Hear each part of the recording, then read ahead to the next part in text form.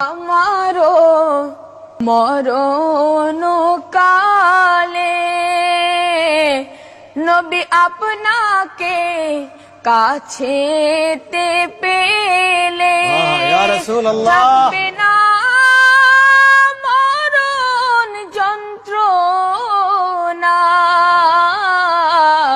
এটুকুই আমার কামনা।